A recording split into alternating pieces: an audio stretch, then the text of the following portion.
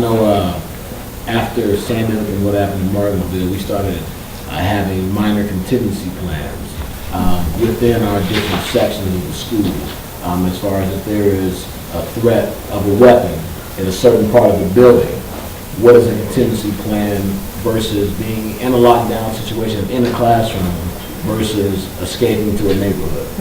Like, you know, the location of your school really depends on what your contingency plan could be for each individual area of the school. In my case, it's a middle school team, what that might be, what that might look like. So those are some of the things we started to implement, you know, in the more recent time. I know for when I started, we used to have codes like please wash your whiteboards, and there's another one that says please write something on your washboard. So we were supposed to know all these phrases. Now it's cut and dry.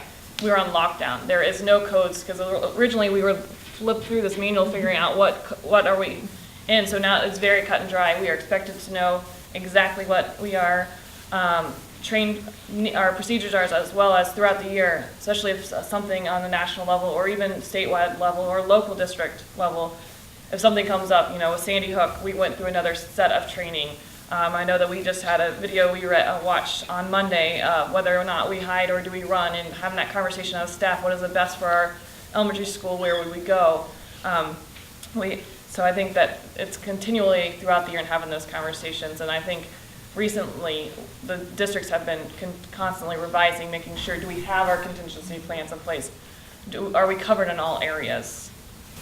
In our building, we have a crisis team. So we have the pamphlet that you talked about with the plan, but then we also have a crisis team. So this is the person who would talk to the media. This is the person who would communicate any information that needs to go to teachers that would talk to these people, and this is the person who would talk to these people. And so, I mean, there's a whole, like, not only who's going to keep the kids safe, but who's going to be responsible for communication, and what if the power goes out, then what, you know, so there's all these contingencies. What if this, what if that, and who's responsible for what? And that's already all been identified. And who's on the crisis team, and then who's the backup. If this person's out, then who's the backup for them? So, yeah, and I think that, and those people, I should add too, those people have been carefully identified, because there's some people in a crisis that don't act, you know, they panic, you know, and there's other people that can stay calm. And so we've carefully identified who are the people who cry later, that can stay calm and then cry later, and who are the people who panic first. So, I mean, you have to think that through, who are your personnel that can do that well. As teachers, we're constantly making decisions on the spur of the moment. This happens, cause and effect, and trying to decide, you know, what the next step would be. The most, I guess, well, traumatic and just beyond belief was what happened when I was teaching in New Jersey, and I taught in a school that was within commutable distance to Wall Street and New York City, Manhattan, and I was teaching there on 9/11. So that, I think, was, well, just beyond. My principal came in and very quietly, I was teaching, she came to the lectern and said, with her back to my students, this is what's happened. Don't say a word. We're not telling students. Because many of them had parents. My husband worked on Wall Street, so many of them had parents and relatives who were in New York City for sure. So that was a whole different type of experience. Don't react. You know, continue teaching. You know, what did she want, Mrs. Smith? Well, you'll find out later. And then, of course, people began arriving at the school to pick up children. But then, more recently, just within the last couple of years at West Middle School, we had a shooting. I don't know if you've heard about that. But it happened before school. And how are you prepared for that? We did have things in line as far as security. We had surveillance cameras that were already operating. We had rules for where students were supposed to go when they arrived at school. On this particular morning, a boy who was in out-of-school suspension, on the road to expulsion probably, for comments that had been made and just, you know, not engaging in the educational process, came onto campus before the first bell had rung. Students were just entering the building, and he shot another boy twice in just a small area, about the size of a half of this up here. When you entered the building, there was an entryway, then a smaller one before you went into the hallway.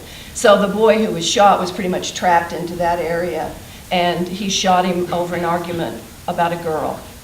And even though I never even thought about something like that happening in a school, teachers just immediately did what was necessary. The students were entering the building, so every teacher, no matter where he or she was, as students came in, we just got them into the classrooms. We didn't really know what exactly had happened because we hadn't been right there on the scene, but news traveled very quickly, get the students in the classrooms. So we brought them in, it didn't matter what period they had first, get them in the classroom, lock your door.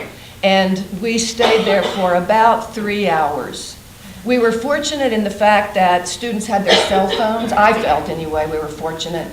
Had it been a little bit later in the day, they would have put their cell phones in their lockers, turned off. They're not allowed to carry their cell phones with them at West Middle School. So they came in with their cell phones, lights out, shades pulled, tapes over the windows of the doors because we had been trained to do that. Okay, so the papers went up, everything silent, everybody on the floor. And students then began calling their parents, and people who didn't have cell phones, I passed mine around the room. And the boy lived. You've probably heard the news, and he's being homeschooled. But then from that point, we have 2 entrances. Students can only come in one of those 2 entrances. Bussers come in through the gym. They stay in the gym supervised.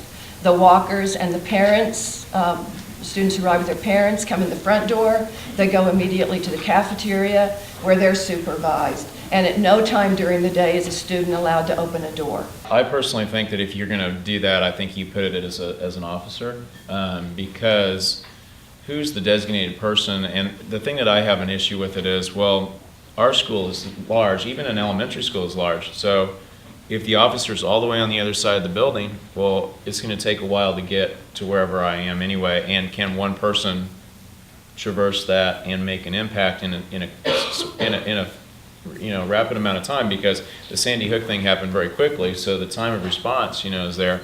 And I think for me personally too is my aunt was killed by somebody in her apartment. So like I'm kind of averse to there being somebody there that I don't know. I just don't know what the training is. I mean, I might be more convincible if somebody was trained and I knew what the training was going to be about. But just to say, hey, let's just pick somebody and they're going to carry a gun, I feel kind of weird about that right now. And I'm second to Jim. When the first news came out that teachers possibly could have a gun in their classroom, I first thought is how many kids die a year by picking up somebody's gun, and then I'm liable for a student death. I couldn't bear it with that, so I will not have a gun in my room. I'm not trained to use a firearm, so I wouldn't want one. I don't feel, that I wouldn't, even if someone tried to show me how, I don't feel I'd be qualified. I do think that armed, trained people in a building is an asset. I do. And if it's a police officer, we do have a police officer who comes to West Middle School in the morning and in the afternoon when students are coming into the building and when they're leaving the building. He's not there all day, but he's there daily. I think it's an asset. I do.